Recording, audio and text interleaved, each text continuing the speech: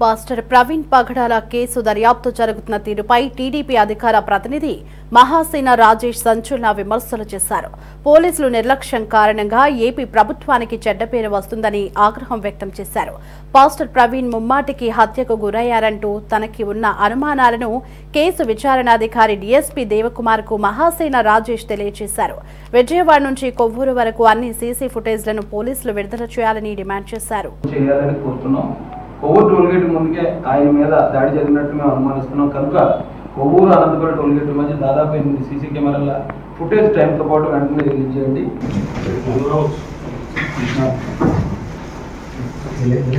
మీరు ఎదురుకుంటే రాజశాని వెనకాల మీరు పట్టుకోండి.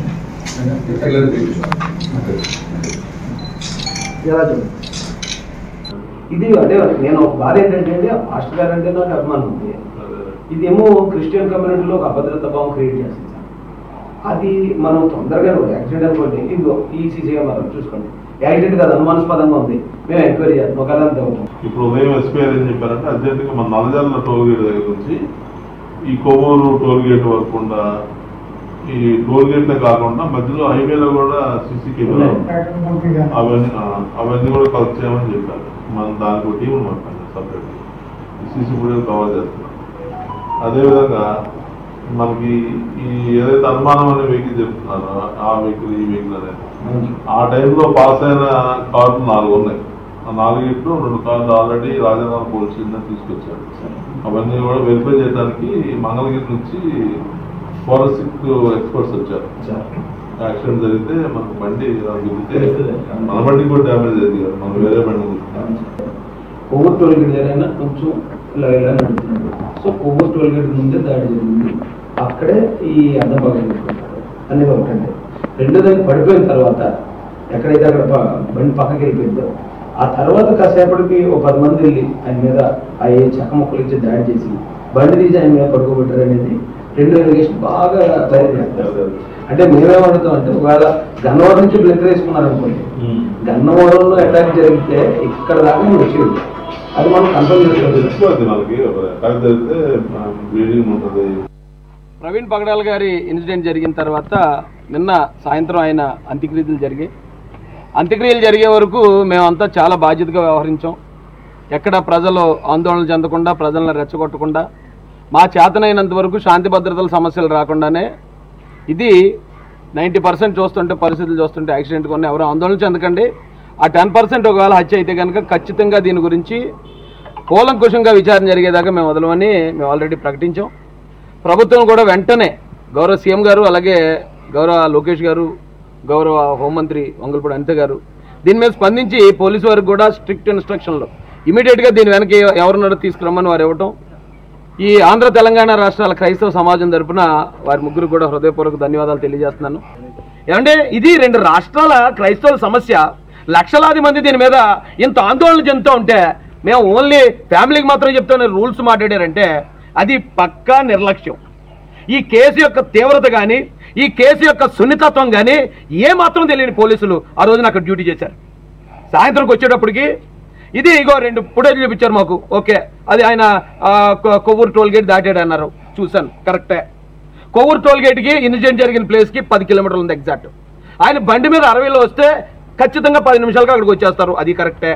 ఆ 10 నిమిషాల తర్వాత అక్కడ యాక్సిడెంట్ 11:42కి సీసీ రికార్డ్ అయింది, బండి పక్కకి వెళ్ళిపోయినట్టు. సో దారిలో ఏమీ జరగలేదని నమ్మాం. మీరు ఏం చెప్తే అదే విన్నాం, ఏం చెప్తే అదే నమ్మాం. ఇప్పుడు ఎన్ని రోజులు అయింది ఏమంటే ఇక్కడి నుంచి కానీ ఇక్కడ ఈ ప్రాంతంలో పనిచేసిన కొంతమంది పోలీసులను ఇమ్మీడియట్గా సస్పెండ్ చేయాల్సి ఉంది. మొట్టమొదట సీఏ గారిని సస్పెండ్ చేయాలి. రెండోది ఇక్కడ నుంచి ఇది యాక్సిడెంట్ అని చెప్పి గౌరవ నారా లోకేష్ గారికి ఎవరు ఇన్ఫర్మేషన్ ఇచ్చారు, ఎవరు ఇచ్చారో వాళ్ళని ఇమ్మీడియట్గా సస్పెండ్ చేయాలి.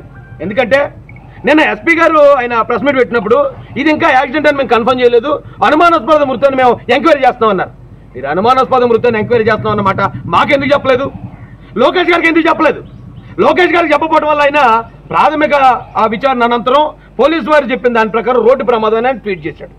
ట్వీట్ చేస్తే ఇప్పుడు ప్రతి అడ్డమైనోడు వచ్చి లోకేష్ గారు ఎలా చెప్పేస్తారు, అది రోడ్డు ప్రమాదం అని ఎలా చెప్పేస్తారని చెప్పి ఆయన్ని విమర్శిస్తున్నారు. డబుల్ గేమ్ ఆడుతున్నారా? అక్కడ ఒక మాట చెప్పి ఇక్కడ ఒక మాట చెప్పడానికి ఇలా గవర్నమెంట్ని ఉద్దేశపూర్వకంగా మీరు బ్యాట్ చేద్దామని ట్రై చేస్తున్నారా? ఆ పోలీస్ అధికారులు అడుగుతున్నాను నేను, ఎవరు చెప్పారు ఇది యాక్సిడెంట్ అని? అక్కడ యాక్సిడెంట్ అని చెప్పిన తర్వాత మీరు ప్రెస్ మీట్ పెట్టి ఇప్పుడు దాకా ఇది యాక్సిడెంట్ అని ఎందుకు ఆధారాలు చూపించలేదు? అక్కడ ఏదైతే కొవ్వూరు టోల్ గేట్ ఉందో ఆ టోల్ గేట్ దగ్గరకు వచ్చేటప్పుడు ఆయన అటు ఇటు నడుస్తున్నాడు, అటు ఇటు ఊగుతుంది. అంతకుముందు ఏదో జరిగిందని అనుమానం వ్యక్తం చేస్తున్నప్పుడు ఇన్ని రోజులు పట్టిందా మీకు కొవ్వూరు టోల్ గేట్ నుంచి అనంతపల్లి టోల్ గేట్ దాకా ఉన్న ఆ సీసీ కెమెరాలు రిలీజ్ చేయడానికి?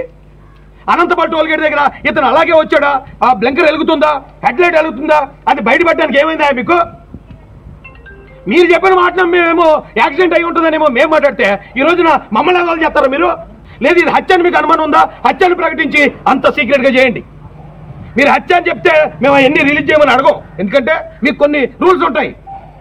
మీరు యాక్సిడెంట్ అని చెప్పినప్పుడు అది రిలీజ్ చేయకుండా దాచుకుని ఏం చేద్దామని ఈ రాష్ట్రంలో ఇప్పటికే ఈ ఓటీటీలు వచ్చిన తర్వాత ప్రతి ఒక్కరు మలయాళం క్రైమ్ సినిమాలు చూసేటో ఆ సినిమాలు చూసి ప్రతి ఒక్కరు అనాలిసిసే.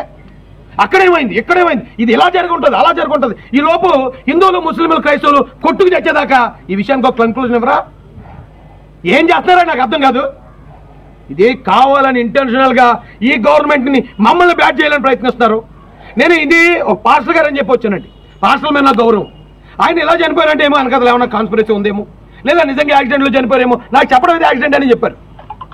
కానీ అక్కడికి వచ్చి చూసిన తర్వాత అందరూ అనుమానాలకి తావిచ్చేలా ఉంది కదా పరిస్థితి. ఆ పరిస్థితులు అలా ఎందుకు వచ్చాయి, వీళ్ళ అనుమానాలు ఏమేమి వ్యక్తం చేస్తున్నారు, దానికి ఈ పార్టీకే క్లారిటీ ఇవ్వాలి కదా. అంటే దీన్ని ఇంకా ప్రతిపక్ష పార్టీలో లేకపోతే కేంద్రంలో ఉన్న పార్టీలో ఇవన్నీ వచ్చి ధర్నాలు రాస్తారోకలు చేసి ఈ మత గొడవలు జరిగేదాకా కళ్ళప్పకించి చూస్తారా? ఎవరైతే ఈ బాధ్యులు అధికారులు ఉన్నారో వీళ్ళందరినీ ఇమ్మీడియట్ గా సస్పెండ్ చేయాల్సిందిగా తూర్పుగోదావరి జిల్లా ఎస్పీ గారిని మేము డిమాండ్ చేస్తున్నాం.